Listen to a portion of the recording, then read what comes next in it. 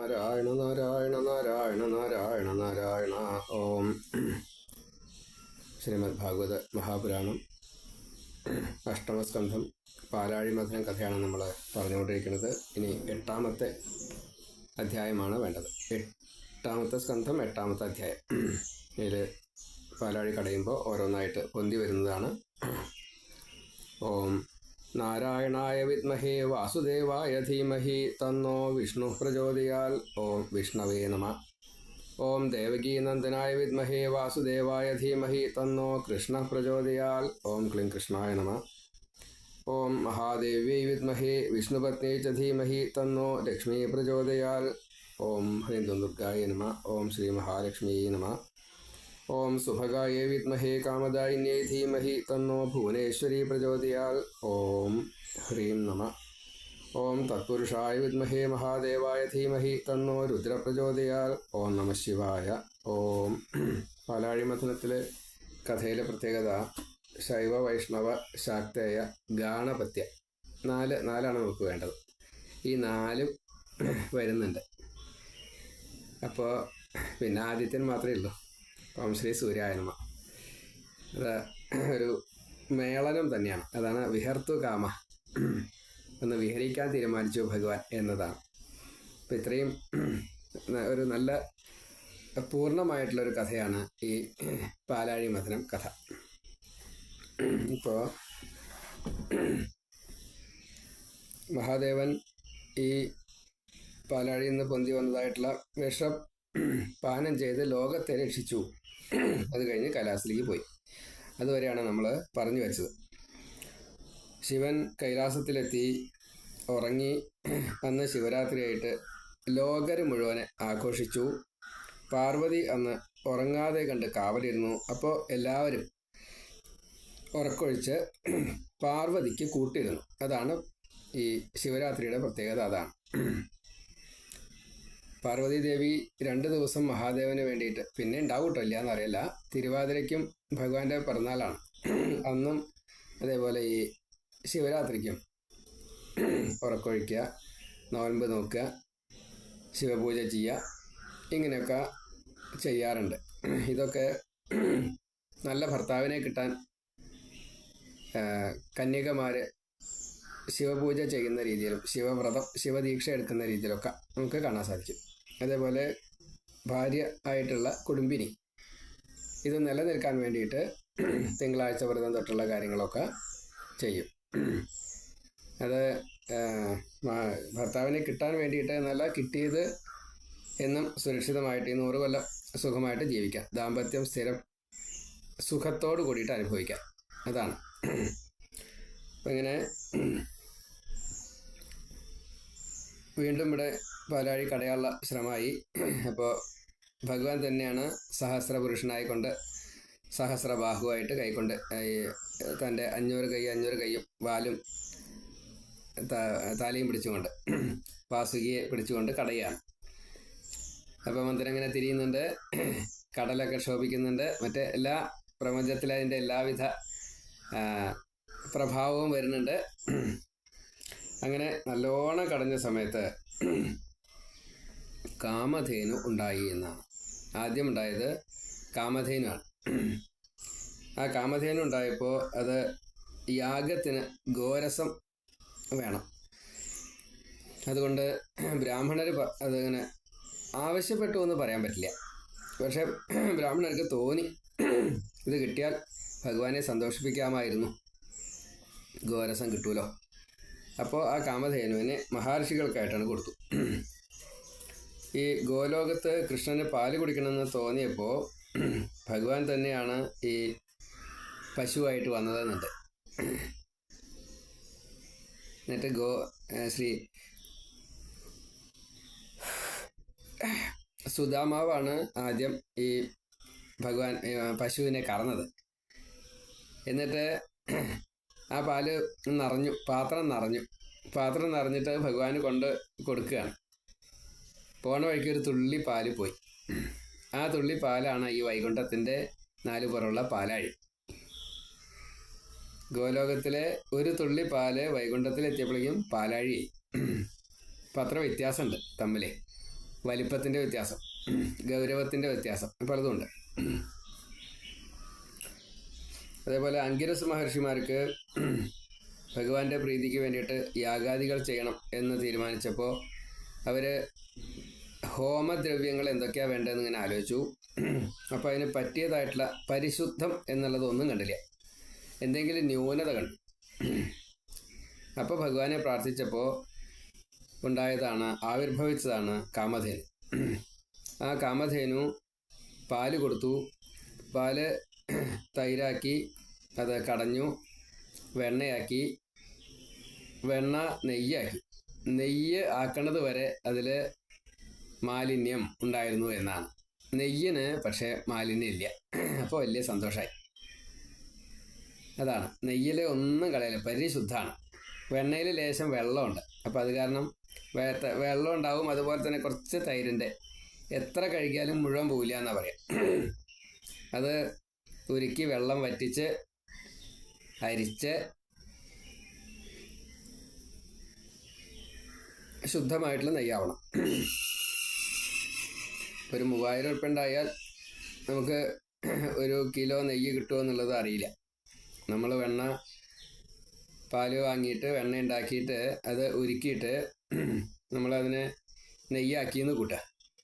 അപ്പോൾ 1 ലിറ്ററിലധികം വേണം, 1.25 വരും 1 കിലോയ്ക്ക് ആവണം വെച്ചാൽ. അപ്പോൾ അങ്ങനെ തൂക്കി നോക്കുക. എന്നിട്ട് അതിൻ്റെ പാലിൻ്റെ ചിലവ്, പിന്നെ അത് കഴിഞ്ഞിട്ടുള്ള മറ്റ് അധ്വാനത്തിൻ്റെ പൈസ എന്തായാലും കിട്ടുമെന്ന് വെച്ചാൽ എന്തെങ്കിലും ആവട്ടെ, നമ്മൾ കൈകൊണ്ട് ചെയ്യാന്ന് വെച്ചാലത്തെ കാര്യമാണ്. യന്ത്രവൽകൃതമാകുമ്പോൾ വ്യത്യാസമുണ്ട്. അങ്ങനെ ചെയ്ത് നോക്കുക. അപ്പോഴാണ് അതിൻ്റെ ഒരു മൂല്യം മനസ്സിലാവുക, ആ നെയ്യിൻ്റെ മൂല്യം. അതിൻ്റെ ആ ഒരു സുഗന്ധം കൂടി നമ്മൾ ശരിക്കും അനുഭവിക്കണം. ഇപ്പോൾ പാല് അത് കൈകാര്യം ചെയ്യുമ്പോഴത്തെ പിന്നെ തൈര് ഇപ്പോൾ ഒരു ദിവസം മാറുമല്ലോ. അത് കഴിഞ്ഞ് കളഞ്ഞ് അത് വെണ്ണയാക്കി, ആ വെണ്ണ നല്ലോണം ശുദ്ധീകരിച്ച് തിളപ്പിച്ച് വെള്ളം കളഞ്ഞ് നെയ്യാക്കുക, അരിച്ചിട്ടെടുക്കണം. അതിൻ്റെ ഒരു പ്രാരബ്ധം ശരിക്കും അനുഭവിക്കുക. അപ്പം ഉണ്ടാവേണ്ട മനസ്സിനൊരു സുഖമുണ്ട്. പറയുമ്പോഴും കേൾക്കുമ്പോഴും അതത്ര സുഖം ഉണ്ടാവില്ല. ചെയ്ത് നോക്കണം. ചെയ്തിട്ട് അതിൻ്റെ ഒരു ലാസ്റ്റ് പാത്രത്തിലാക്കി വയ്ക്കുമ്പോൾ നമുക്കൊരു സാറ്റിസ്ഫാക്ഷൻ, അത് വളരെ പ്രധാനമാണ്. അനുഭവിച്ചാൽ മനസ്സിലാവും. അങ്ങനെ കാമധേനുണ്ടായി. അതേപോലെ ഉച്ചൈശ്രവസ്, വെള്ളക്കുതിര. പിന്നീടുണ്ടായത് വെള്ളക്കുതിര. അപ്പോൾ അത് ഇന്ദ്രന് വേണമെന്ന് തോന്നിയപ്പോൾ ഭഗവാൻ തന്നത് മേടിക്കാനേ പാടൂ എന്ന് പറഞ്ഞു. അപ്പോൾ ഇന്ദ്രൻ മിണ്ടാണ്ടേ അതങ്ങനെ മഹാബലി കൊണ്ടുപോയി. പിന്നെ ഉണ്ടായത് ഐരാവതം എന്ന ആനയാണ്. അപ്പോൾ 4 കൊമ്പുള്ള ഐരാവതം, വെള്ളാന. വെള്ളക്കുതിര, വെള്ള ആന. ആ വെള്ളാന ഉണ്ടായപ്പോൾ അത് ഇന്ദ്രൻ എടുത്തു. പിന്നെ പൊന്തി വന്നത് കൗസ്തുഭം എന്നുള്ള ഒരു പത്മരാഗം എന്ന രത്നമാണ്. ആ രത്നത്തിൻ്റെ മൂല്യം എത്രയാണെന്നുള്ളത് പറയാൻ സാധിക്കില്ല. അപ്പോൾ അത് ഒരാൾക്കായിട്ട് കൊടുത്തു കഴിഞ്ഞാൽ ബുദ്ധിമുട്ടാവും. അതുകൊണ്ട് ഭഗവാൻ തന്നെ അത് സ്വയം ഏറ്റെടുത്തു. അതിൻ്റെ മൂല്യം, അത് സ്വീകരിക്കാനുള്ള കഴിവ് വേണ്ടേ. രത്നങ്ങൾക്ക് അങ്ങനെ ഒരു കുഴപ്പമുണ്ട്. നമ്മൾ മൂല്യം അറിയാതെ അത് ഏറ്റി നടക്കുമ്പോൾ ഒരുപക്ഷെ അനുകൂലമല്ല വന്നതെങ്കിൽ, പ്രതികൂലമായിട്ടാണ് വന്നതെങ്കിൽ അത് വല്ലാത്തൊരു നാശത്തിന് കാരണമാവും. സാളഗ്രാമം, രത്നം, ശിവലിംഗം ഇങ്ങനെയുള്ളതൊക്കെ, തങ്കം, എല്ലാ തങ്കവും ഒരുപോലെയല്ല. ചില തങ്കങ്ങൾ അങ്ങനെയാണ്. ചിലവർക്ക്, എല്ലാവർക്കും നില തങ്കം എല്ലാം ഒന്നാണ്. ചിലവർക്ക് തങ്കം പ്രശ്നമാവും, പറ്റില്ല. അത്രേ എനിക്കറിയില്ല, എന്തായാലും പറ്റില്ല എന്ന് പറഞ്ഞു കേട്ടിട്ടുണ്ട്. ഏതായാലും ഇത് ഉറപ്പാണ്, ശിവലിംഗമായാലും രത്നമായാലും സാളഗ്രാമായാലും അത് വേണ്ട രീതിയിൽ അതിനെ പൂജിക്കുക, മറ്റു കാര്യങ്ങളൊക്കെ ചെയ്യണം. അവമാനിക്കുക അല്ലെങ്കിൽ അതിൻ്റെ ആ വിപരീതം നമ്മളായിട്ട് വന്ന് കഴിഞ്ഞാൽ അത് ചിലപ്പോൾ വല്ലാണ്ട് പ്രശ്നമാവും. അപ്പോൾ ഇവിടെ കൗസ്തുഭം എന്നുള്ള രത്നം മറ്റൊരാൾക്ക് അങ്ങനെ സൂക്ഷിക്കാൻ പറ്റില്ല എന്നുള്ളതുകൊണ്ട് ഭഗവാൻ തന്നെ അത് സ്വയം ഏറ്റു. അങ്ങനെയാണ്. സോ അത് നമ്മൾ സന്തോഷിക്കുക വേണ്ടത്. ഇനി അതിൻ്റെ ഗുണം എന്താ വെച്ചാൽ, സെമന്തകമണി കൊണ്ടുപോയിട്ടുള്ള അക്രൂരന് അത് തിരിച്ചിവിടെ കൊണ്ടുവന്ന്, കാശിയിൽ നിന്ന് കൊണ്ടുവന്നിട്ട് കൊടുത്തിട്ട് ഭഗവാൻ വീണ്ടും അക്രൂരനെ ഏൽപ്പിച്ച് അതിൻ്റെ ഗുണഫലത്തെ ലോകർക്ക് മുഴുവനെ, പ്രപഞ്ചം മുഴുവനെ കിട്ടിയതായിട്ട് പറയുന്നുണ്ട്. അത് അക്രൂരനെ കൊണ്ടേ സാധിക്കൂ എന്ന് ഭഗവാൻ സമർത്ഥിക്കുകയും ചെയ്തു. നിഷ്കാമരാവണം, ധാരാളം ധനം അതേപോലെ സുഖം, എല്ലാ വിധത്തിലുള്ള അത് മുഴുവൻ ലോകഹിതത്തിന് വേണ്ടിയിട്ടാണ്. അപ്പോൾ അതുകൊണ്ട് ലോകത്തിനായിട്ട് കൊടുക്കണം. അത് ഭഗവാന് മാത്രമേ കൊടുക്കാൻ സാധിക്കുള്ളൂ. അപ്പോൾ ഭഗവാൻ അത് ഭക്തന് എന്നുള്ള നിലയ്ക്ക് അക്രൂരനെ കൊണ്ട് ചെയ്യിക്കുകയാണ് ഉണ്ടായത്. കാരണം ഭഗവാന് മറ്റ് ഡ്യൂട്ടീസ് ഉണ്ട്, അതുകൊണ്ടാണ്. അപ്പോൾ അതിൻ്റെ മുഴുവൻ സദ്ഫലങ്ങളും ആ ദ്വാരകയ്ക്ക് കിട്ടി. ദ്വാരകയ്ക്ക് മാത്രമല്ല, ലോകത്തിന് മുഴുവൻ കിട്ടി. അങ്ങനെയാണ്. പിന്നീട് പൊന്തി വന്നത് പാരിജാതം. പാരിജാതവും പിന്നീട് പൊന്തി വന്നത് അപ്സരസ്. അത് രണ്ടും ഇന്ദ്രൻ എന്നെ കൊണ്ടുപോയിക്കൊള്ളാൻ പറഞ്ഞു. അപ്പോൾ ഐരാവതം കിട്ടി, പാരിജാതം കിട്ടി, അപ്സരസിൽ കിട്ടി. അതൊക്കെ കൊണ്ടുപോയി. അതിനുശേഷം ലക്ഷ്മി ദേവിയാണ് രമ എന്ന പേരിൽ പൊന്തി വന്നത്. അപ്പോൾ എല്ലാവർക്കും ശ്രീദേവിയാണ്, രമയാണ്, ലക്ഷ്മിയാണ്, ഐശ്വര്യമാണ്, സമ്പത്താണ്, കീർത്തിയാണ്, പലതുമുണ്ട്. ഈ ലക്ഷ്മിയുടെ പര്യായങ്ങൾ ഇങ്ങനെ ശാസ്ത്രനാമങ്ങൾ കുറേ ഉണ്ടാവും. അതിലിപ്പോൾ 108 നാമായാലും വേണ്ടില്ല, 336 നാമായാലും വേണ്ടില്ല, 1008 നാമായാലും വേണ്ടില്ല, ഇനി ലക്ഷം നാമായാലും കോടി നാമായാലും ലക്ഷ്മിക്ക് ധാരാളം ഉണ്ട്. കാരണം ഈ കിട്ടുന്ന വസ്തുക്കൾ മുഴുവൻ ലക്ഷ്മിയാണ്. അപ്പോൾ ആ സന്തോഷിപ്പിക്കുക എന്ന ഭാവത്തിൽ രമ എന്നാണ് ആ ലക്ഷ്മിക്ക് പേരിട്ടത്. ലക്ഷ്മി എന്നല്ല പേരിട്ടത്, രമ. കാരണം കിട്ടുന്ന വസ്തുവിനെ സന്തോഷത്തോടെ അനുഭവിക്കാൻ സാധിക്കണമെന്നാണ്. നമ്മളൊരു പ്രവൃത്തി ചെയ്യുമ്പോൾ സന്തോഷം ഉണ്ടായിട്ടില്ല വെച്ചാൽ ആ പ്രവൃത്തി അത് ലക്ഷ്മിയല്ല. നമുക്കൊരു സാധനം കിട്ടി, അതിൽ സന്തോഷത്തോടു കൂടി സ്വീകരിക്കാൻ സാധിച്ചില്ല, എന്നാൽ അത് സമ്പത്തല്ല, അത് ലക്ഷ്മിയല്ല, അത് രമയല്ല. അതാണ്. അപ്പോൾ രമിപ്പിക്കണം. അതേപോലെ നമ്മളൊരു സാധനം കളഞ്ഞു എന്ന് കൂട്ടാ, വേണ്ടാത്തൊരു സാധനമാണ്, ഉപയോഗിക്കാൻ പറ്റാത്തതാണ്, അതിന് ഉപയോഗിക്കാൻ പറ്റില്ല, അത്രയും അങ്ങനെയായിരുന്നു. എന്നിട്ടും നമുക്ക് നഷ്ടബോധം തോന്നിച്ചാൽ ആ പ്രവൃത്തി ലക്ഷ്മി അല്ലാണ്ടായി. അതാണ്. അപ്പോൾ അങ്ങനെയും പോസിറ്റീവിനെ പോസിറ്റീവായിട്ട്, നെഗറ്റീവിനെ പോസിറ്റീവായിട്ട് എടുക്കാൻ സാധിക്കണം. കുറേ ഉണ്ട് എന്തായാലും അവിടേക്ക് പോകണില്ല. അപ്പോൾ രമ പൊന്തി വന്നു. എല്ലാവരും രമയെ കണ്ടതോട് കൂടിയിട്ട് ഇത്ര സന്തോഷം എന്ന് പറയാൻ നിർത്തി, അത്രയും സന്തോഷമാണ്. അപ്പോൾ അതുകൊണ്ട് എല്ലാവരും അവരവരുടേതായിട്ടുള്ള സാധനങ്ങൾ മുഴുവനെ ഈ ലക്ഷ്മിക്ക് വേണ്ടിയിട്ട് സമർപ്പിച്ചു. ഓരോരുത്തർ സമർപ്പണങ്ങൾ ചെയ്തുകൊണ്ടേയിരുന്നു. ഇന്ദ്രൻ ഒരു സിംഹാസനം കൊടുത്തു, നദികൾ സ്വർണ്ണ കലശത്തിൽ ജലം കൊടുത്തു, ഭൂമി സസ്യധാന്യാദികളൊക്കെ കൊടുത്തു, പശു പഞ്ചഗവ്യം തന്നെ കൊടുത്തു. പഞ്ചഗവ്യം എന്നുള്ളത് ഗോമൂത്രം, ചാണകം, അതേപോലെ പാല്, തൈര്, നെയ്യ്, അത് മൂന്നും കൂടിയതാണ്. അപ്പോൾ 3, 2, 5 അങ്ങനെ പഞ്ചഗവ്യം. അതിൻ്റെ ഒരു കണക്കും കാര്യങ്ങളൊക്കെ ഉണ്ട്. എന്തായാലും പഞ്ചഗവ്യം കൊടുത്തു. പിന്നെ വസന്ത ഋതുവാണ്. ഋതുദേവൻ വസന്തത്തിൽ സാധാരണ പുഷ്പങ്ങൾ ധാരാളം ഉണ്ടാവും. അപ്പോൾ എല്ലാ തരത്തിൽപ്പെട്ടതായിട്ടുള്ള പുഷ്പങ്ങളും കൊടുത്തു.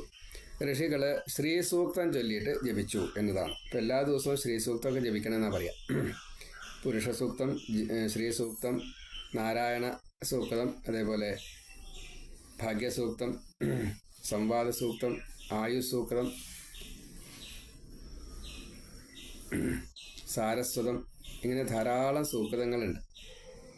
അഖമർഷണ സൂക്തം, എത്രയോ ചോദിച്ചാൽ മനസ്സിലായി, ഒക്കെ സൂക്തങ്ങളാണ്. വേദത്തിൽ ധാരാളം ഉപാസന സമ്പ്രദായങ്ങൾ പറഞ്ഞിട്ടുണ്ട്. അതൊക്കെ സൂക്തങ്ങളായിട്ട് വിന്യാസം ചെയ്തിട്ടുണ്ട്. ശ്രീരുദ്രൻ, ചമകം തൊട്ടുള്ളതൊക്കെ വളരെ പ്രധാനമാണ്. രുദ്രസൂക്തം. അപ്പോൾ ശൈവമായിട്ടും വൈഷ്ണവായിട്ടും ശാക്തയായിട്ടും സൂക്തങ്ങൾ ധാരാളം വേദത്തിൻ്റെ ഉള്ളിൽ ഇരിക്കുന്നുണ്ട്. നമ്മളത് തെരഞ്ഞു പിടിച്ച് ഉപാസിക്കുകയാണെങ്കിൽ ഈ പാപനാശാദി കാര്യങ്ങളൊക്കെ നടക്കും എന്ന് പറയുകയാണ്. പിന്നെ ഗന്ധർവന്മാർ ധാരാളം ലക്ഷ്മിയുടെ ലീലകൾ, ഭക്താനുഗ്രഹ ലീലകൾ, ദേവിഭാഗവതമൊക്കെ വായിച്ചു എന്നർത്ഥം. അവർക്ക് വായിക്കല്ല, പാട്ടായിട്ടാണ്. അപ്പോൾ അത് വേഗം കഴിയും. നമ്മളെ പോലെ ഇങ്ങനെ സമയമൊന്നും വേണ്ട, ആലോചിക്കൊന്നും വേണ്ട. അവർക്കൊക്കെ ബൈഹാർട്ടാണ്. അതാണ് പ്രത്യേകത. നമുക്കും ബൈഹാർട്ടാണ്, പക്ഷെ നമുക്ക് തോന്നില്ല. എന്താ കാരണം? നമുക്ക് മറവി ബാധിച്ചിട്ടുണ്ട്. അത് എത്രയോ ജന്മങ്ങളിൽ എന്തൊക്കെയോ ആർജിച്ചത് മുഴുവനും നമ്മുടെ കയ്യിലുണ്ടെന്ന് കൂട്ടുക. എന്നാൽ പിന്നെ മറവിയില്ലല്ലോ. അപ്പോൾ അതാത് സമയത്ത് വേണ്ടത് വേണ്ട പോലെ അങ്ങോട്ട് തോന്നുക വെച്ചാൽ മഹാഭാഗ്യമാണ്. അതാണ് ശ്രീ ശിവബ്രഹ്മർഷിക്കൊക്കെ ഉള്ള ഗുണം, സനകാദികൾക്കൊക്കെ ഉള്ള ഗുണം അതാണ്. നവയോഗികൾക്ക് ഇപ്പോൾ വേണ്ടത് വേണ്ടപ്പോൾ അങ്ങോട്ട് തോന്നുകയാണ്. ദത്താത്രേയന് ഒക്കെ മഹാഗുരുക്കന്മാരാണ്, ചെറിയ ഗുരുക്കന്മാരല്ല. മഹാദേവൻ ദക്ഷിണാമൂർത്തിയായിട്ടിരിക്കുമ്പോഴത്തെ ആ ഒരു ഭാവം, കൃഷ്ണൻ ഗീത ഉപദേശിക്കുമ്പോൾ, ഉദ്ധവൻ ഉപദേശിക്കുമ്പോൾ, ഋഷഭദേവൻ ആ സത്രത്തിൽ പ്രഭാഷണം ചെയ്യുമ്പോൾ, പൃഥു സത്രത്തിൽ പ്രഭാഷണം ചെയ്യുമ്പോൾ ഒക്കെ ആ ഭാവം പ്രത്യേക. ജഡഭരതൻ്റെ ആ ഉപദേശം, കപില മഹർഷി 3 വയസ്സേ ഉള്ളൂ, അമ്മയ്ക്ക് കൊടുക്കുന്ന ഉപദേശം, ഇതൊക്കെ ഈ ജ്ഞാനികൾക്ക് മാത്രം ചെയ്യാൻ പറ്റുന്നതാണ്. അതാണ് ശരിക്ക് യഥാർത്ഥത്തിലുള്ള ജ്ഞാനി എന്ന് പറഞ്ഞു കഴിഞ്ഞാൽ അതാണ്, മറവി ഉണ്ടാവില്ല. അപ്പം ഇങ്ങനെ ഗന്ധർവന്മാർ പാടി. ഇപ്പോൾ പാടി എന്നുള്ളതല്ല, ഇങ്ങനെ കീർത്തനങ്ങളെ അപദാനം ചെയ്തു. എത്രത്തോളം അത് കേൾപ്പിക്കാൻ പറ്റും, അതാണ്. അങ്ങനെ സന്തോഷിപ്പിച്ചു എന്ന് സാരം. പിന്നെ അപ്സരസുകൾ നൃത്തം വെച്ചു, മേഘം, ഗർജനം ആദി കാര്യങ്ങൾ, അതായത് ചെറിയ ചാറ്റൽ മഴ അങ്ങനെയുള്ള കാര്യങ്ങളൊക്കെ, വാദ്യക്കാർ മേളങ്ങൾ ചെയ്യണ പോലെ. പിന്നെ ആനകൾ, സ്വർണ്ണ സിംഹാസനത്തിലിരിക്കുന്ന ആ ദേവിയെ നദികളിൽ വെള്ളം കൊണ്ടുവന്നിട്ട് അഭിഷേകം ചെയ്തു. നമ്മൾ ഈ ലക്ഷ്മി ദേവി കുടത്തിൽ നിന്ന് സ്വർണം ഇങ്ങനെ ഇട്ട് തരുന്ന പോലെ, നിധികുംഭത്തിൽ നിന്നും മറ്റേ സ്വർണ്ണരത്നാദികളെ തരുന്നത് പോലെ അഭയവരുത ബാഹുക്കളായിട്ട് ഇരിക്കണം. അതേപോലെ സിംഹാസനത്തിലാണ് ഇരിക്കുന്നത്. പച്ച വസ്ത്രം ആണ് ഇവിടുത്തെ ഉണ്ടാവുക. സർവ്വ ആഭരണ വിഭൂഷിതയാണ്. സ്വർണ്ണ കിരീടം തൊട്ട് ബാക്കിയല്ല. ആ അമ്മയെ 2 ആനകൾ അപ്പുറത്തും ഇപ്പുറത്തും നിന്നിട്ട് ഈ പുണ്യതീർത്ഥം ഗംഗാനദി അതിലത്തെ ജലം കൊണ്ടുവന്ന് അമ്മയെ അഭിഷേകം ചെയ്യുക. അത് ഈ പാലാഴി മഥനം നടന്ന സമയത്ത് ഈ പാലാഴിയിൽ നിന്നുള്ള വെള്ളമാവാം, ഗംഗാനദിയിലെ വെള്ളമാവാം, 4 സമുദ്രത്തിലെയും വെള്ളമാവാം, പുണ്യഭൂതമായിട്ടുള്ള മന്ത്രഭൂതമായിട്ടുള്ള വെള്ളമാവാം. അതൊക്കെ ആനകൾ ചെയ്യുമ്പോൾ അതിൻ്റെ ഒരു പ്രാധാന്യവും അതിൻ്റെ മൂല്യവും കൂടുതലാണ്. അപ്പോൾ അത് ഐരാവതം ആനകൾ അങ്ങനെ ചെയ്തു എന്നാണ്. അതാണ് നമ്മൾ പല ഫോട്ടോകളൊക്കെ കാണാറ്. അപ്പോൾ സർക്കാരിൻ്റെയും കൂടി ഫോട്ടോ അങ്ങനെ ഉണ്ടല്ലോ, ഒരു മുദ്ര. പിന്നെ പാലാഴി പട്ടുസാരി കൊടുത്തു എന്നാണ്. നമ്മൾ ഈ പാലാഴിയുടെ കയ്യിൽ എങ്ങനെയാണ് പട്ടുസാരി ഉണ്ടാവുക? പട്ടുനൂല് ഉണ്ടാക്കുന്ന ആ പുഴു അത് പാലാഴിയിലല്ല ഉണ്ടാവുക, അത് പുറത്താണ് ഉണ്ടാവുക. അപ്പോൾ കയ്യിലുള്ളതാ കൊടുത്തതെന്ന് പറയുമ്പോൾ അതിനും ഒരു സാങ്കത്യമുണ്ട്. അതാണ് പാലാഴി എന്നുള്ള ആ, നമുക്ക് അതിൻ്റെ ഒരു വ്യംഗ്യം പറയാം. ദോഷൈക ദൃക്കായതുകൊണ്ട് നമുക്ക് അതിൻ്റെ വ്യംഗ്യം പറഞ്ഞാൽ വേഗം മനസ്സിലാവും. ഈ ഫോട്ടോയിൽ ഈ വീഡിയോയിലൊക്കെ കാണുമ്പോൾ സാരി ഇങ്ങനെ ഇളക്കി കഴിഞ്ഞാൽ അത് കടലാ തോന്നൂല.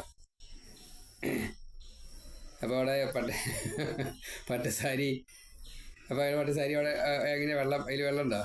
ഇല്ല. എന്ന കൂട്ടത്തിൽ അതിൻ്റെ യാഥാർത്ഥ്യത്തിൽ വരുമ്പോൾ ഈ സമുദ്രത്തിൽ ഇല്ലാത്തതായിട്ട് യാതൊന്നുമില്ല. ഭൂമിയിൽ എന്തൊക്കെയുണ്ടോ അതിൻ്റെ എത്രയോ മടങ്ങാണ് സമുദ്രത്തിലുള്ളത്.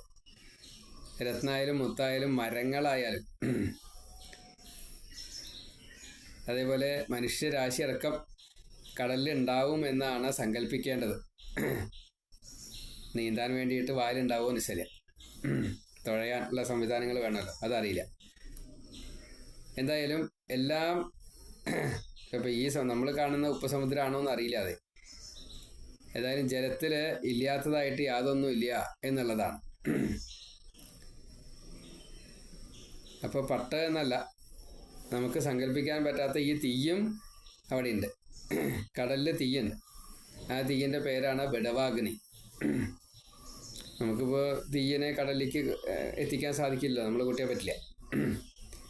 കടലിൻ്റെ മുകളിലേക്ക് ആ തിരി നാളം വേണിച്ചാൽ ഉണ്ടാക്കാം, അല്ലെങ്കിൽ കടലിൻ്റെ മുകളിൽ അതിൻ്റെ പെട്രോളൊക്കെ ഒഴിച്ചുമ്പോൾ ഇങ്ങനെ കത്തുന്ന കാണാം എന്നല്ലാണ്ട് കടലിൻ്റെ ഉള്ളിൽ അത് കത്തിക്കൽ നമ്മളെ കൊണ്ട് കൂട്ടിയാൽ പറ്റില്ല. അപ്പോൾ കടലിൻ്റെ ഉള്ളിലത്തെ അഗ്നിയാണ് ബഡവാഗ്നി. ഏതായാലും നമുക്ക് ഉണ്ട് എന്നറിയാം.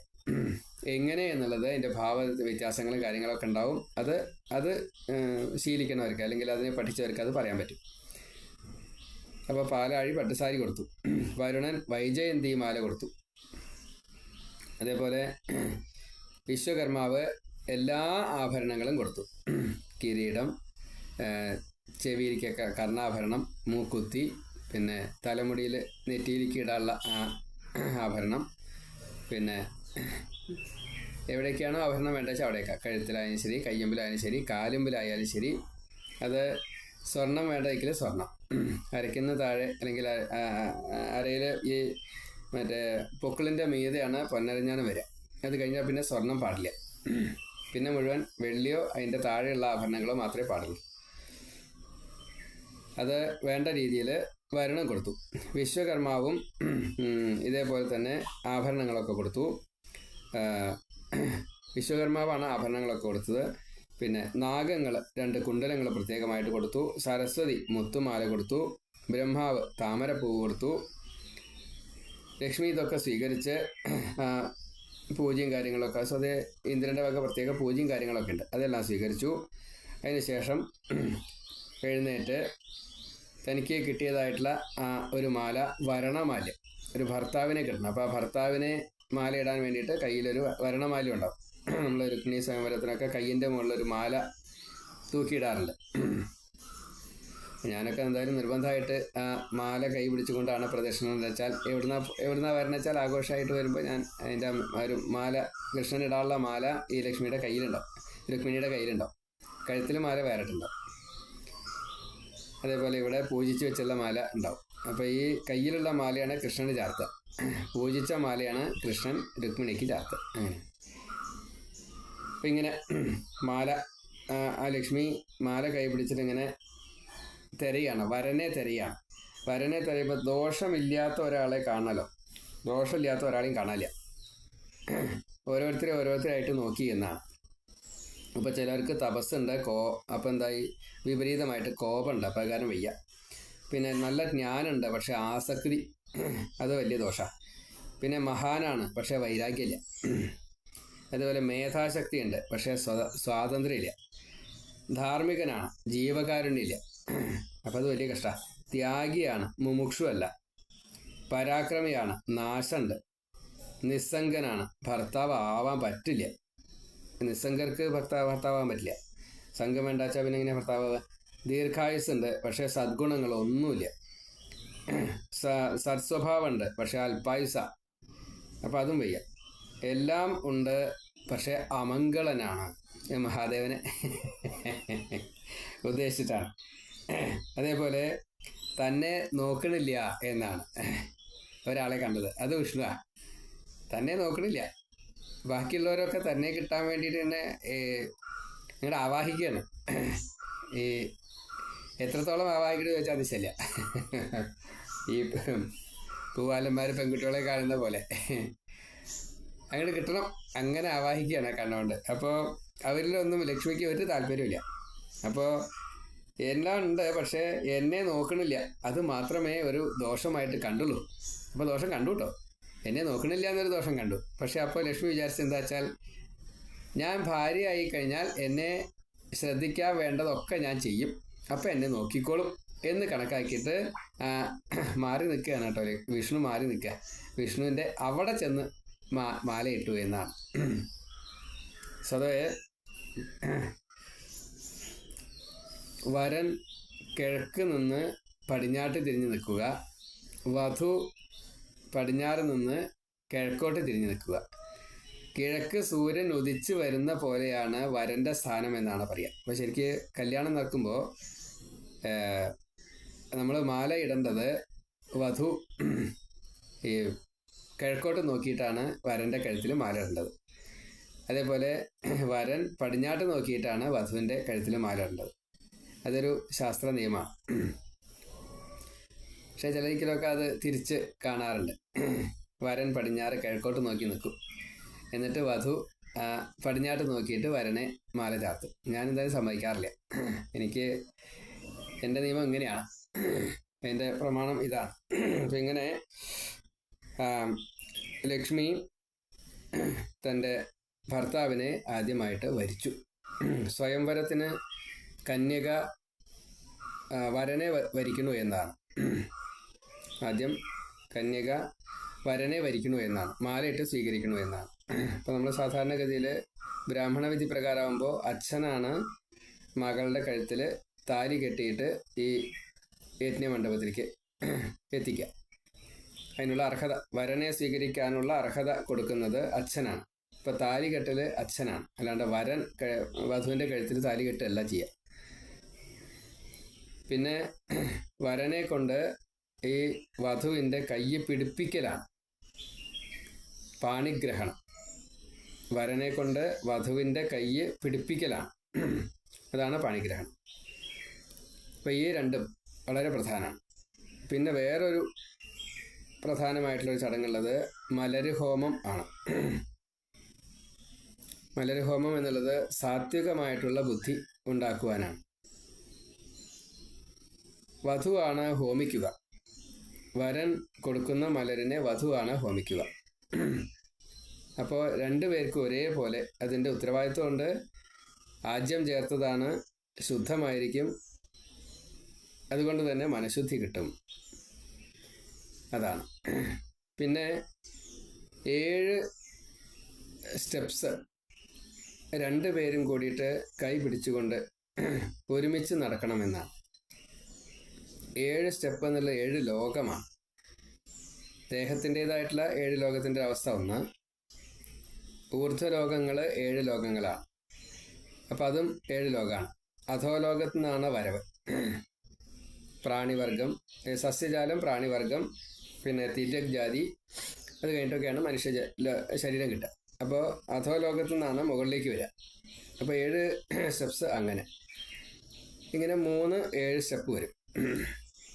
ഒന്ന് അധോലോകത്തു നിന്ന് 7 സ്റ്റെപ്പ്, 7 അധോലോകം, അതേപോലെ മുകളിലേക്ക് ഊർധ്വലോകങ്ങൾ 7 ശരീരത്തിൻ്റെതായിട്ടുള്ള ഈ മൂലാധാരം, സ്വാധിഷ്ഠാനം, മണിപൂരകം, അനാഹതം, വിശുദ്ധി, ആജ്ഞ, സഹസ്രാര പത്മം.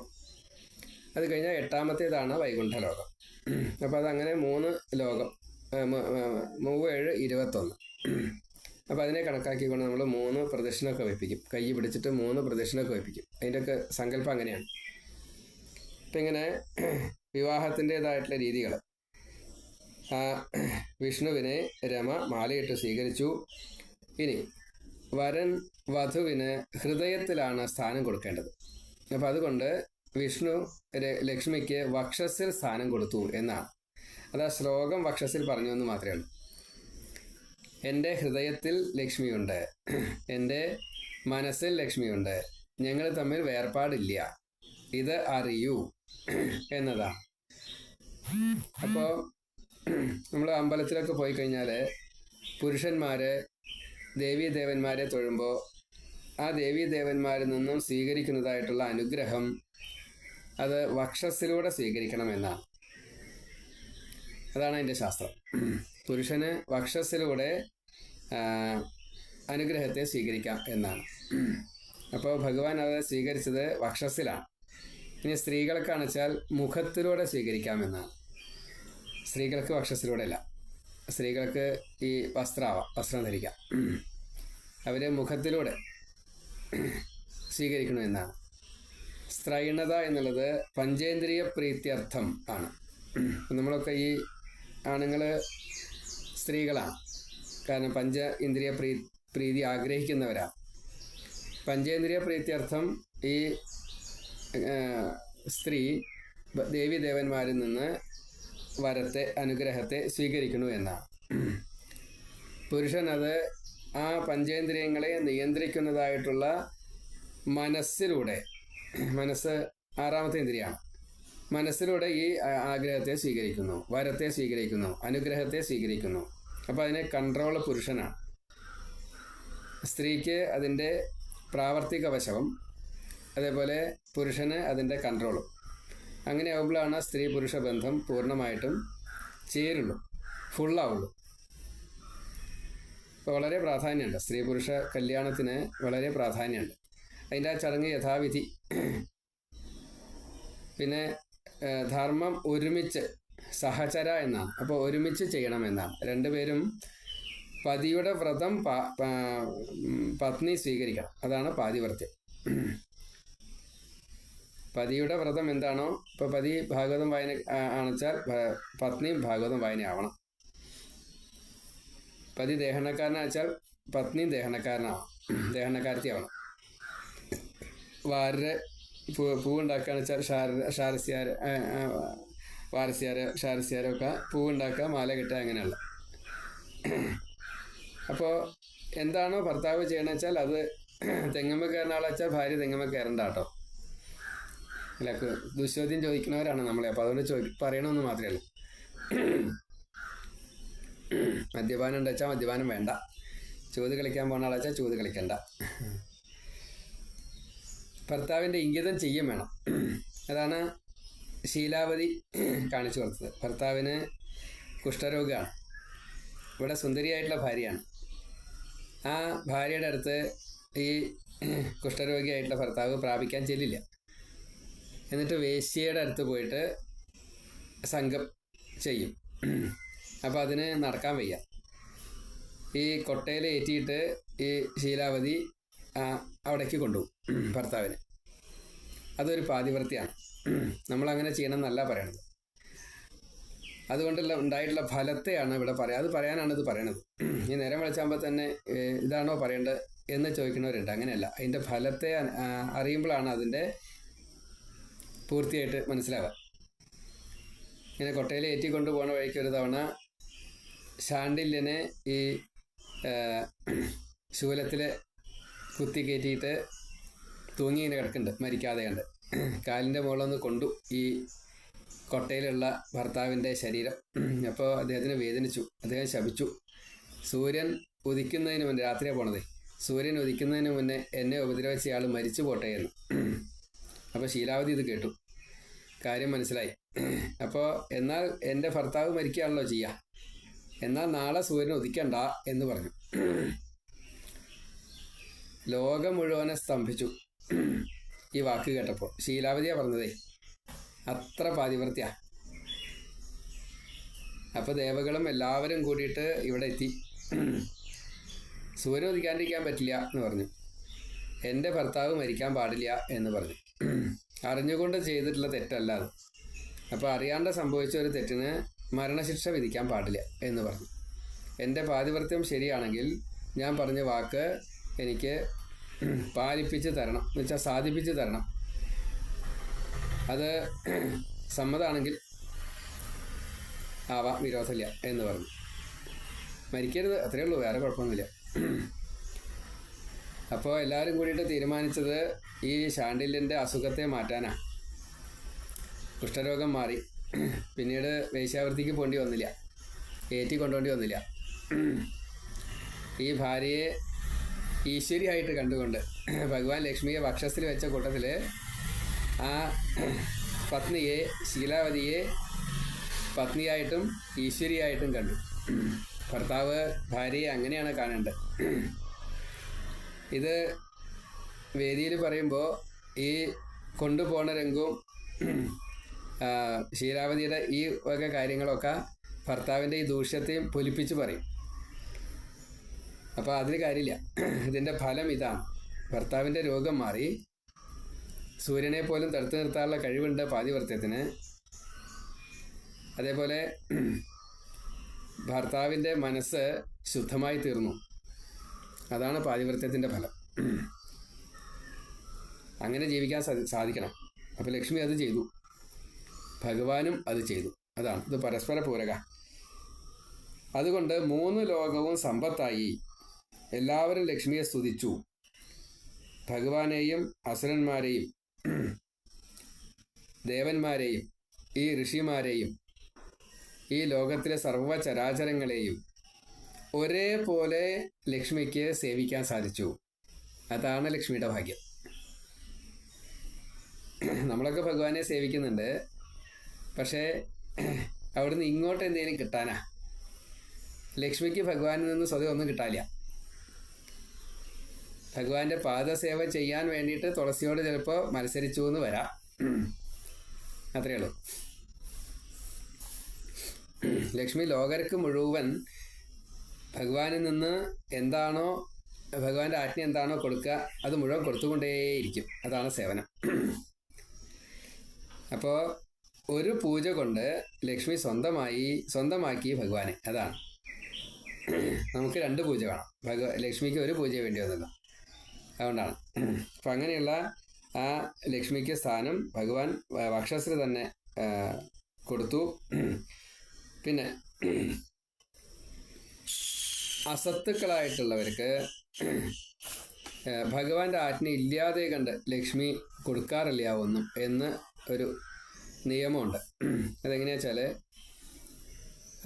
അതിന് പ്രമാണം വരുന്നത് ഹിരണ്യകശിപു ഇതേപോലെ ജയവിജയന്മാർ ഹിരണ്യകശിപു ആയപ്പോൾ ലക്ഷ്മിയോട് ഭഗവാൻ പറഞ്ഞു എന്നാണ്, നീ സാധാരണഗതിയിൽ അസത്തുക്കൾക്ക്, അസുരന്മാർക്ക്, രാക്ഷസന്മാർക്ക് വേണ്ടത്ര ഐശ്വര്യത്തെ കൊടുക്കാറില്ല. അതെങ്ങനെയാണെങ്കിൽ ഐശ്വര്യമോ സമ്പത്തോ ധനം കുമിഞ്ഞ് കൂടിയിട്ടുണ്ടാവും, പക്ഷേ അവർ മദ്യപാനവും ചെയ്യും, മാംസാഹാരവും കഴിക്കും. അപ്പോൾ യഥാർത്ഥത്തിലുള്ള അതിൻ്റെ ആ ഒരു രുചി പോലും അറിയാൻ സാധിക്കില്ല. അതേപോലെ ഏകപത്നി വ്രതം ആവില്ല, അപ്പോൾ അതിൻ്റെ മാധുര്യത്തെ കിട്ടില്ല. അനവധി സ്ത്രീകളെ ഉപയോഗിക്കുമ്പോൾ അതിൻ്റെ ഒരു മൂല്യവും മാധുര്യവും അത് അനുഭവിക്കാൻ സാധിക്കില്ല. അതേപോലെ ഒരു ഗൃഹത്തിൽ താമസിച്ച് ആ ഗൃഹദേവതയെ, ഗൃഹത്തിൽ സ്വതേ ദേവതയുണ്ട്, അപ്പോൾ ആ ദേവതയെ ഭജിക്കുമ്പോൾ കിട്ടുന്നതായിട്ടുള്ള ആ തപസ്സിൻ്റെ ഫലം അനവധി കൊട്ടാരങ്ങൾ അവിടെയും ഇവിടെയൊക്കെ ഉണ്ട്, ടൗണുകളിലൊക്കെ ഉണ്ടെന്ന് കൂട്ടുക. അപ്പോൾ നമ്മൾ ഈ ഉപാസന മുടങ്ങുക ചെയ്യുക. ഗൃഹദേവത ഉപാസനം മുടങ്ങും. ധർമ്മദൈവത്തിനെ ചിന്തിക്കുന്നില്ല, പണിക്കർ അങ്ങനെ പറയാം. ധർമ്മദൈവത്തിന് എന്തെങ്കിലും കൊടുത്തോളൂ കേട്ടോ, അത് അതിൻ്റെ ഒരു പോരായ്മയാണുള്ളത് എന്ന് പറയും. അപ്പോൾ ഇതാണ്. അപ്പോൾ ഈ ഒരു അബദ്ധം ലക്ഷ്മിക്ക് വരില്ല.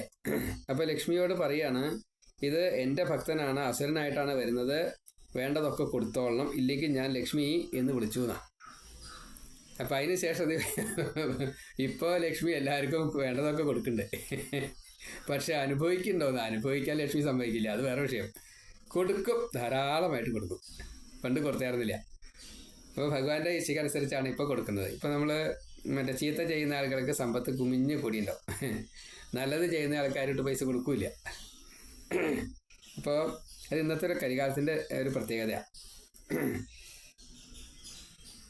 അങ്ങനെ ലക്ഷ്മി വിഷ്ണു വിവാഹം കഴിഞ്ഞോട് കൂടിയിട്ട് എല്ലാവർക്കും വേണ്ടത് മുഴുവനെ ഓട്ടോമാറ്റിക്കായിട്ട്, വേറെ ആരും കൊടുക്കുകയൊന്നും വേണ്ട, ഓട്ടോമാറ്റിക്കായിട്ട് വേണ്ടത് വേണ്ടപ്പോൾ കിട്ടാവുന്ന രീതിയിലായി. അതിന് ശേഷം വീണ്ടും കടഞ്ഞു. പാലാഴി കടഞ്ഞപ്പോൾ പിന്നീട് പൊന്തി വന്നത് മദ്യം വാരുണി ദേവി കൊണ്ടുവന്നു എന്നാണ്. വാരുണിയുടെ പേരും വാരുണി എന്നാണ്, മദ്യത്തിൻ്റെ പേരും വാരുണി എന്നാണ്. വാരുണി കൊണ്ടുവന്നു. ആ വാരുണിയെ അസുരന്മാർ സ്വീകരിച്ചു. അപ്പോൾ അവർക്ക് രണ്ടും കിട്ടി, മദ്യവും കിട്ടി, മദിരാക്ഷിയും കിട്ടി. അവർക്ക് സന്തോഷമായി. വീണ്ടും കടഞ്ഞു. അപ്പോൾ പുരുഷൻ ഭഗവാൻ തന്നെ ധന്വന്തരിയായിട്ട്, അനവധി പ്രത്യേകതകളുണ്ട്. ധന്വന്തരിക്ക് ആയുധങ്ങളും വളരെ കുറവാണ്. ഈ ഒരു അട്ടയുണ്ട്, പിന്നെ ഈ അമൃത് നിറച്ചതായിട്ടുള്ള കുംഭമുണ്ട്, അമൃതകുംഭമുണ്ട്, ചക്രം, ശംഖം, ജളൂക, ദധനം അമൃതകുംഭം ച ദോർഭി എന്നാണ്. അപ്പോൾ ശംഖ് ചക്രം അത് കാലസ്വരൂപൻ, ജ്ഞാനസ്വരൂപൻ, ശത്രുസംഹാരാദി കാര്യങ്ങൾ ഒക്കെ അതിൽ പെടും. അജ്ഞാനത്തെ ഇല്ലാണ്ടേക്കും. പിന്നെ ദൈഹികമായിട്ടുള്ള സുഖത്തെ പ്രദാനം ചെയ്യും. ദുഷിച്ച രക്തത്തെ അട്ടയാണ് എടുക്കുക, അതിൻ്റെ മരുന്നായിട്ട് അമൃതമാണ് കൊടുക്കുക. അതാണ് അട്ട. ധന്വന്തരി മൂർത്തി, ധന്വന്തരിയുടെ ഫോട്ടോ ആണ് ആ ചുവന്ന രഘുരാർപ്പൻ്റെ തൊട്ടടുത്ത് ഈ ഏറ്റവും മുകളിലിരിക്കുന്നത് ധന്വന്തരി മൂർത്തിയാണ്. നെല്ലുവായിലെ ധന്വന്തരി മൂർത്തിയാണ്. അവിടെ വായന ഉണ്ടായി ഞാൻ കഴിഞ്ഞ വൈശാഖത്തിൽ. അപ്പോൾ രാധാകൃഷ്ണന്മാരുടെയും ഗുരുവായൂരപ്പൻ്റെയും നടുക്ക് ധന്വന്തരി മൂർത്തിയെ വെച്ചു. നമ്മുടെ ശരീരം ഒന്ന് സുഖമായിക്കോട്ടെ, കേൾക്കണവർക്കും അതിൻ്റെ ഫലം കിട്ടട്ടെ. അങ്ങനെ ധന്വന്തരി മൂർത്തിയായിട്ട് അമൃത് കൊണ്ടുവന്നു.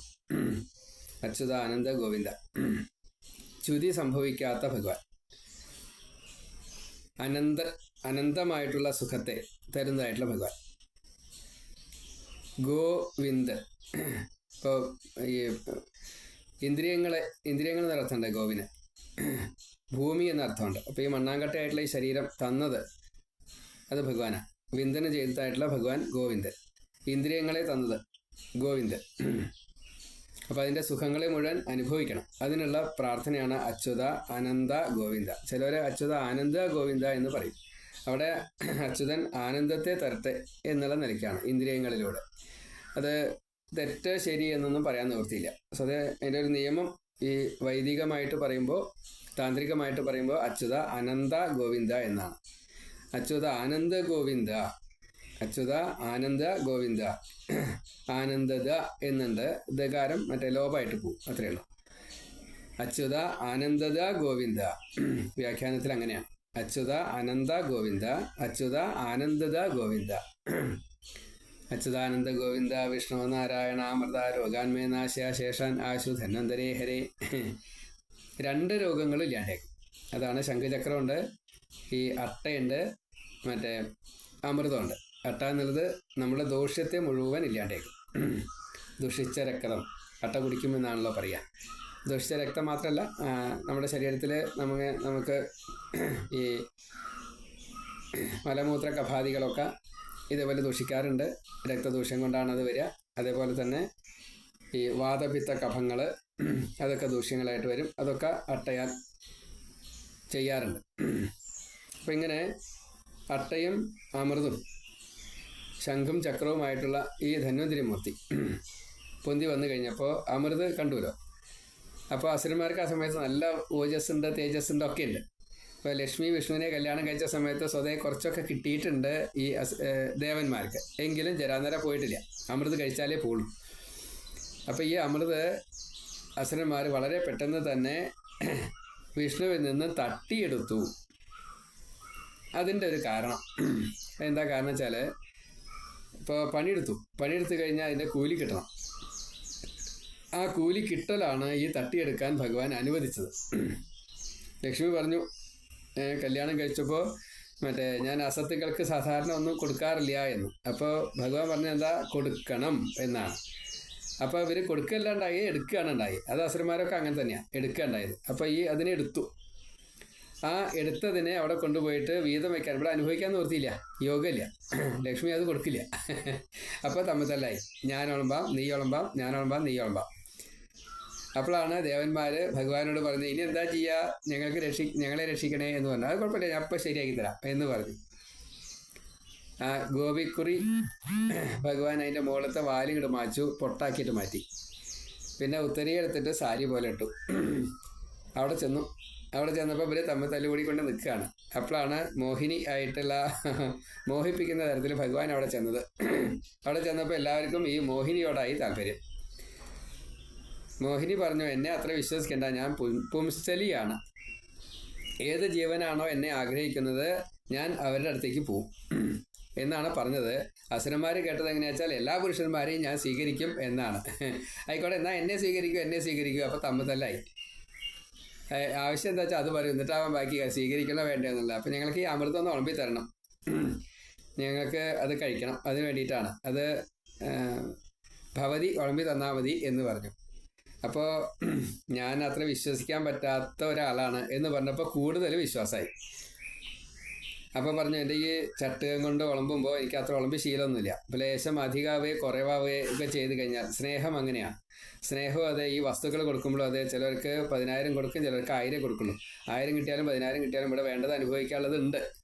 അത് മനസ്സിലാക്കാതെ കണ്ട് എനിക്ക് 10,000 കിട്ടിയില്ല എന്ന് കംപ്ലൈൻറ്റ് പറയും. അപ്പോൾ അങ്ങനെ കംപ്ലൈൻറ്റ് പറയരുത് എന്ന് പറഞ്ഞു. ചട്ടുകത്തിൽ ഇത്തിരി അധികം ഉണ്ടായി, മറ്റേ കുറച്ചേ വീണുള്ളൂ, അത് എനിക്കറിയില്ല, ഞാൻ ഒരു തവണ ഉളമ്പുള്ളൂ. അത് സമ്മതമാണോ ചോദിച്ചോ, സമ്മതമാണെന്ന് പറഞ്ഞു. പിന്നെ പറഞ്ഞു, എല്ലാവരും കണ്ണടച്ചിരുന്നു, കുളിച്ച് വരൂ, കണ്ണടച്ചിരിക്കൂ എന്ന് പറഞ്ഞു. ആരാണോ അവസാനം കണ്ണ് തുറക്കുന്നത് അവർക്ക് എന്നെ വിവാഹം കഴിക്കാം എന്ന് പറഞ്ഞു. എന്നെ തുറച്ച് നോക്കണ്ട, തുറച്ച് നോക്കിയിട്ട് നിങ്ങൾ എന്നെ, എനിക്ക് ഒരു പണി ചെയ്യാനുള്ള സ്വാതന്ത്ര്യം കൂടി ഇല്ലാത്ത രീതിയിൽ നിങ്ങൾ എന്നെ നോക്കണ്ട. നിങ്ങൾ എൻ്റെ പുറത്തെ സൗന്ദര്യം കാണണ്ട, അകത്ത് കണ്ണടച്ചിട്ട് അകത്തെ സൗന്ദര്യം കണ്ടോളൂ, അത് അറിയുന്നവർക്ക് എന്നെ കിട്ടും എന്നാണ് ഭഗവാൻ പറഞ്ഞത്. ഇവർ കണക്കാക്കിയത് അവസാനം കണ്ണു തുറക്കണ ആൾക്ക് മോഹിനിയെ കല്യാണം കഴിക്കാം, ദാമ്പത്യം അനുഭവിച്ച് സുഖമായിട്ട് കഴിയാമെന്നാണ്. ഇതാണ് അസുരന്മാരും ദേവന്മാരും തമ്മിലുള്ള വ്യത്യാസം. കണ്ണടയ്ക്കൂ എന്ന് പറഞ്ഞത് ധ്യാനം ചെയ്യൂ, അങ്ങനെയുള്ളവർക്ക് മാത്രമേ എന്നെ കിട്ടുള്ളൂ. നിങ്ങൾക്ക് അർഹതയുള്ളത് ഞാൻ തരും, ചട്ടുകത്തിൽ കൂടിയാലും കുറഞ്ഞാലും വിരോധമില്ല. അസുരന്മാർക്കൊന്നും മനസ്സിലായില്ല, ഭാഗവതത്തിൽ തൊട്ട് വിശദീകരിച്ച് പറഞ്ഞിട്ടുമില്ല. അപ്പോൾ അതുകൊണ്ട് മോഹിനി പറഞ്ഞത് അക്ഷരം പ്രതി അവർ അനുസരിച്ചു.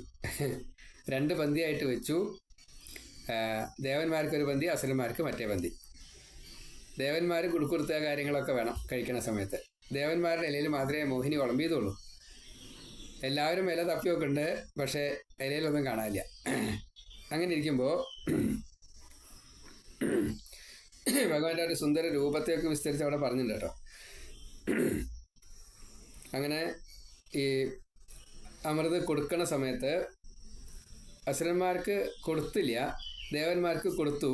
അവർ കഴിക്കുന്ന ശബ്ദം തൊട്ടുള്ള കാര്യങ്ങളൊക്കെ ഇവരിങ്ങനെ കുറച്ച് മനസ്സിലാക്കുന്നുണ്ട്. എന്നാലും ഈ മോഹിനിയെ കിട്ടിയില്ലെങ്കിലോ വിചാരിച്ച് കണ്ണ് തുറക്കണമില്ല. അതിലൊരു സൂത്രക്കാരൻ, സിംഹികാപുത്രനായിട്ടുള്ള സൂത്രക്കാരൻ സ്വർഭാനു ഒറ്റ കണ്ണുകൊണ്ട് നോക്കി എന്നാണ്. ഒരു കണ്ണ് കുറച്ച് തുറന്നിട്ട്, പാതി തുറന്നിട്ട് നോക്കിയപ്പോൾ അസുരന്മാർ കുഴമ്പണില്ല എന്നും ദേവന്മാർ കുഴമ്പുണ്ടെന്നും മനസ്സിലായി.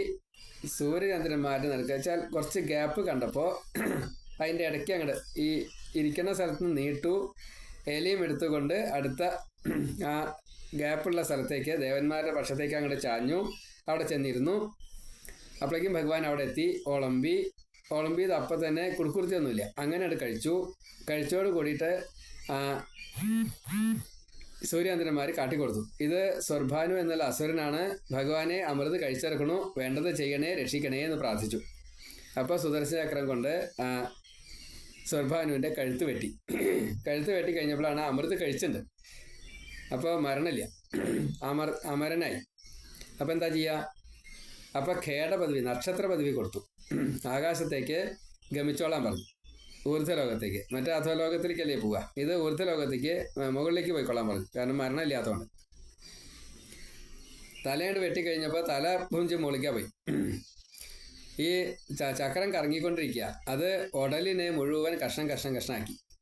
അപ്പോൾ കേതു എന്ന രീതിയിൽ, കേതു എന്ന പേരിൽ അനവധി കഷ്ണങ്ങളായിട്ട്, 100 കണക്കിന് കഷ്ണങ്ങളായിട്ട് കേതുക്കളായിട്ട് മാറി ഈ ഉടൽ മുഴുവൻ. അപ്പം അതുകൊണ്ട് രാഹു ഒറ്റ, കേതുക്കൾ അനവധി, ഇങ്ങനെയാണ്.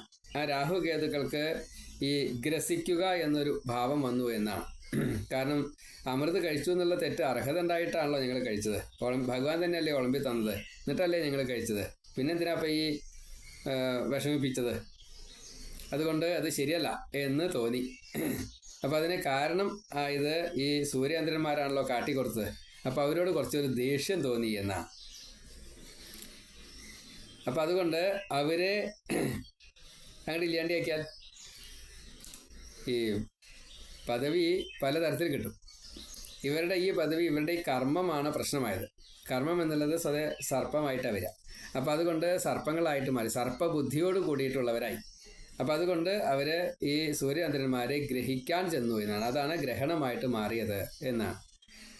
അപ്പോൾ പിന്നെ സൂര്യചന്ദ്രന്മാർ കാണിച്ചു കൊടുക്കല്ലോ, ബാക്കിയുള്ളവർക്ക് ഉപദ്രവം വരില്ലല്ലോ എന്ന നിലയ്ക്കാണ്. അങ്ങനെ ഗ്രഹണം എന്നുള്ള രീതിയിൽ അവിടെ സൂര്യചന്ദ്രന്മാരെ നിശേഷം ഇല്ലാണ്ടാക്കാൻ വേണ്ടിയിട്ട് ശ്രമിച്ചു 2 പേരും എന്നാണ്. ഇപ്പോൾ രാഹു ഗ്രഹിക്കുക എന്നാണ് പറയുക. രാഹു കേതുക്കളെ, രാഹുദശയും കേതുദശയും ഒക്കെ കുറച്ച് പ്രശ്നമാണ്. രാഹു 18 കൊല്ലമൊക്കെയുണ്ട്, അതേപോലെ കേതുദശ 7 കൊല്ലമൊക്കെ ഉണ്ട്. അപ്പം രണ്ടും വളരെ ബുദ്ധിമുട്ടാണ്, പല പ്രശ്നങ്ങളുണ്ട്. ഇവർ 2 പേരും അനുകൂലമായാലോ പറയും വേണ്ട, അത്രയും സുഖവും കിട്ടും. അതാണ്. ഇപ്പോൾ നാളുകളൊക്കെ സ്വതേ ദേവം, അസുരം, മാനുഷം 3 വിഭാഗത്തിലുണ്ട്.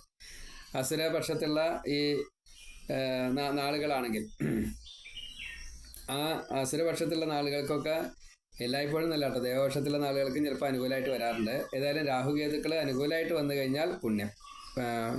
എല്ലാ നാളുകളും അങ്ങനെ തന്നെയാണ്, രാശികളും അങ്ങനെ തന്നെയാണ്. എന്നാലും ഇവരും അങ്ങനെയാണ് പറയുക.